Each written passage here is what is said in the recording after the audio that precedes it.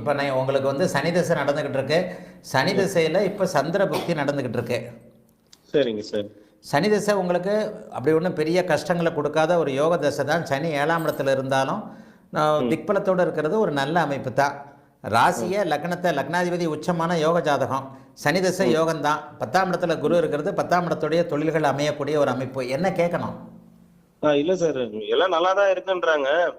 But என்னன்னா இப்போ age near 40 கிட்ட ஆயிடுச்சு. பட் மேரேஜ் இன்னும் ஆகல. சோ அதுதான் பார்த்துட்டு இருக்கோம். அது தள்ளி தள்ளி போயிட்டு இருக்கு. இப்போ இதுக்கு முன்னாடி ஒருத்தர் இதே மாதிரி கல்யாணம் ஆகலைன்ட்டு, இதே மாதிரி இதுக்கு முன்னாடி ஒருத்தர் கல்யாணம் ஆகலைன்னு பேசிக்கிட்டு இருந்தாரா? ஆமா ஆமா சார். அவருக்கு உங்க டைமே தப்புன்னு சொன்னா சார், உங்க ஜாதகம் தான் 40 வயசு வரைக்கும் கல்யாணம் ஆகாத ஜாதகம். அப்படிங்களா சார்? ஏன் தெரியுமா? லக்னத்திற்கு 7ல் சனி, ராசிக்கு 7ல் செவ்வாய். Okay sir. லக்னத்துக்கு 8ல் செவ்வாய். நான் சொல்ற அத்தனை விதியும் இதுதான், இங்கே தான் கரெக்டாக பொருந்தி வரும். Okay okay. உங்களுக்கு தான் 7ஆம் இடத்துல திக்பலம், செவ்வாயுடைய வீட்டில் இருக்கக்கூடிய சனி. ஓகே. ஒரு 7ஆம் பாவகம் ராசி லக்னத்திற்கு 7ஆம் பாவகம் சுத்தமாக கெட்டாதான் வந்து உங்களுக்கு கல்யாணத்தில் டிலே ஆகும். Okay okay. உங்களுக்கு மிதுன ராசியாகி ராசிக்கு 7ல் செவ்வாய், லக்னத்துக்கு 8ல் செவ்வாய், லக்னத்திற்கு 7ல் சனி.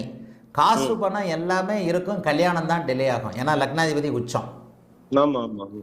கல்யாணத்திற்கு தகுதியான ஆளாக இருப்பீங்க, கல்யாண அமைப்புகள் எல்லாம். ஆனால் 7ஆம் இடத்தில் இருக்கக்கூடிய சனி 7ஆம் பாவகத்தை கெடுப்பார் என்பது அமைப்பு. இதில் தான் வந்து உங்களுக்கு சனி தசை செவ்வாய் புக்தியில் ராசிக்கு 7ஆம் இடத்துல இருக்கிறனால 2027 தீபாவளிக்கு பிறகு சனி தசை சந்திர புக்தி. சந்திரன் வந்து 3 குடையவர் கூட 8ஆம் இடத்தோடு தான் தொடர்பு கொள்கிறாரு. 8ஆம் அதிபதி 7ஆம் அதிபதி 11ஆம் இடத்தை பார்க்குறாரு. அடுத்த வருஷம் தீபாவளிக்கு மேலே தாங்க உங்களுக்கு கல்யாணம் சனி தசை செவ்வாய் புக்தியில். ஓகே. இப்போ எதுவுமே நடக்காதுங்களா எனக்கு? இன்னும் ஒரு வருஷத்துக்கு வர்ற செப்டம்பர் போய் அடுத்த செப்டம்பரில் தான் அல்லது ஜூனில் தான் உங்களுக்கு யார் மனைவின்றதே தெரிய வருங்க. அப்படிங்களா? ஆமாம். சனி தசை செவ்வாய் பக்தி பொதுவாக எல்லாருமே நல்லா இருக்காதுன்னு நினைப்போம். ஆனால் அப்படிலாம் கிடையாது.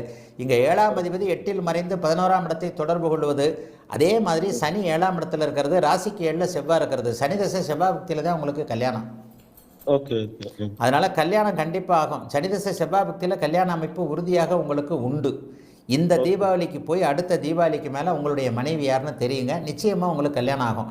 இப்போ இந்த லைவை பார்த்து கொண்டு இருக்கக்கூடிய போன கால் நேயருக்கு கூட இது ஒரு பதில்.